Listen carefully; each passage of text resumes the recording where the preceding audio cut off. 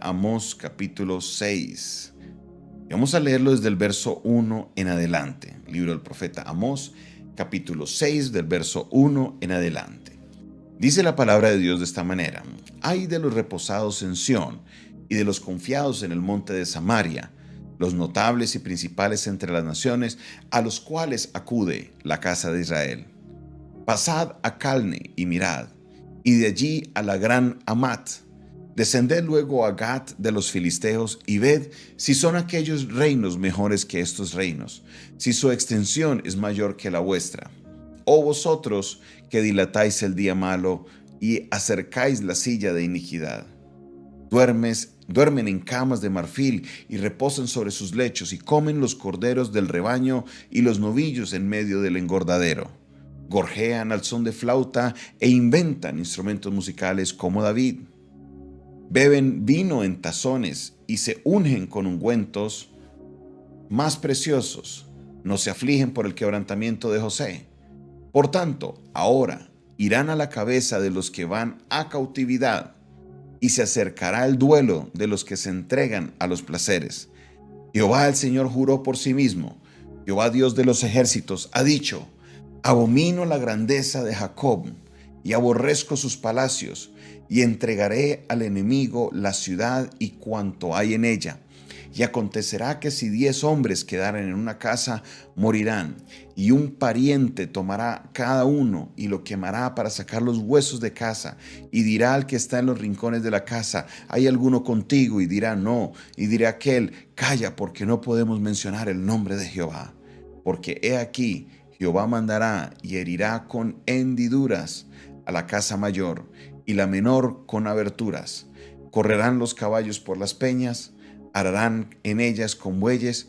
¿Por qué habéis vosotros convertido el juicio en veneno y el fruto en justicia en ajenjo? Vosotros que os alegráis en nada, que decís: ¿no hemos adquirido poder con nuestra fuerza? Pues he aquí, oh casa de Israel, dice Jehová de los ejércitos: levantaré yo sobre vosotros una nación que os oprimirá, desde la entrada de Amat hasta el arroyo de Arabá. Amén. Vemos esta palabra del profeta Amós. En esta palabra vemos un juicio, una destrucción, una profecía de destrucción contra Israel. Israel, estamos hablando, recuerde que Israel, o todo el reino de Israel hasta Salomón, era un solo reino, pero después de Salomón, a raíz de su rebeldía, se parte el reino en dos, queda el reino del norte y el reino del sur. Aquí está el profeta Amós hablándole directamente a los del norte, está hablando a aquellos cuya capital es Samaria, les está diciendo: mire, viene un tiempo de destrucción, viene un tiempo difícil. ¿Por qué razón? Porque ellos no quisieron arrepentirse de sus malos caminos. Quisieron igual hacer todos, ir detrás de sus deseos, ir detrás de lo que ellos anhelaban. Se olvidaron del Señor.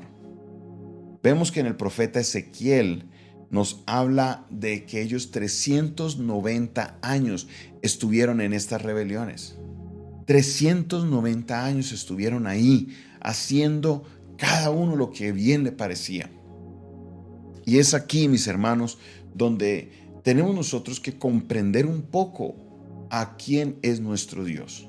Estamos acostumbrados a conocer o a escuchar un mensaje de un Dios que solo es amor, un Dios que solo es: ay, sí, mijito, que Dios solamente bendiciones, bendiciones, bendiciones. Pero la verdad es que no es así siempre.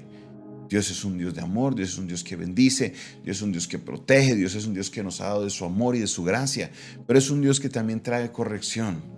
Es un Dios que cuando las cosas no andan bien, te lo va a dejar saber. Y es un Dios que cuando nosotros logramos de alguna manera llegar a llevarlo a Él, a esa ira, porque a pesar de los llamados que ha hecho, a pesar de todo lo que ha hecho por nosotros, seguimos en nuestra rebeldía, Él va a tomar cartas en el asunto. Y eso fue lo que pasó con el pueblo que se decía el pueblo de Israel, que era el pueblo de Dios. Dios tuvo que llamarlos a cuenta, Dios tuvo que ponerlos en orden. ¿Por qué? Porque seguían viviendo a su manera. Dios les mandó múltiples profetas. Ahí estaba el profeta Habacuc, ahí estaba el profeta Amós, ahí estaba el profeta Sofonías, ahí estaban todos los profetas del siglo VII que estaban llevándole ese mensaje a ellos, el profeta Zacarías, todos sus profetas que les llevaban ese mensaje diciéndole: mire, ustedes necesitan convertirse de sus malos caminos. Ustedes necesitan dejar esa manera de vivir. Ustedes necesitan cambiar esa manera de pensar. Eso no es correcto. Pero Israel hizo caso omiso a todos estos llamados. Dejaron a un lado todos estos llamados. Entonces Dios les dijo: ha llegado la hora. Y tuvo que venir una destrucción terrible sobre el reino del norte. Todas las personas o los que pudieron sobrevivir fueron llevados cautivos a Siria. Fueron llevados cautivos a Asiria. ¿Por qué razón? Porque fueron desobedientes. A veces nos suceden cosas en la vida y sí es cierto, muchas veces cometemos el error de atribuirle todo al pecado, pero también a veces cometemos el error de no mirar nuestra vida y analizarla. Muchas cosas que nos suceden que no son buenas, no solamente son simplemente cosas o ataques del enemigo, no. Muchas cosas son realmente consecuencias de nuestras malas decisiones, consecuencias de nuestro mal obrar, de nuestro mal actuar. No podemos nosotros irnos a los extremos, tenemos que tener el discernimiento del Señor y saber en qué momento Dios está llamándonos a nosotros a cuentas. Porque sí, Dios es un Dios que pide cuentas. Nos lo dice el Nuevo Testamento también, que Jesús nos contaba una parábola que le entregó a una persona 5 talentos, a otra 2 y a la otra 1 talento. Y que el Señor se fue, pero volvió, y cuando volvió les pidió cuentas. Dijo: ¿qué hiciste con lo que te entregué? Y aquel que no hizo nada, que fue el de 1 talento, le dijo: échenlo fuera, que allá será el lloro y el crujir de dientes. Dios es un Dios que llama a cuentas y nosotros tenemos que aprender ese lado de la naturaleza de Dios. Que no solamente podemos ir viviendo nuestra vida como si nada fuera a pasar. Que no solamente podemos ir viviendo nuestra vida como si todo anduviera bien, como si nada fuera a suceder. Sí, llegará el día en que el Señor nos llamará a cuentas y tendremos que responder. Y tendremos que darle cuentas a Él de todo lo que hemos hecho, de lo bueno y de lo no tan bueno que hemos hecho. Y tendremos que enfrentarnos las consecuencias. Muchas veces ese ajuste de cuentas se hace en la tierra, para Él llamar tu atención, para que te corrijas, para que puedas avanzar.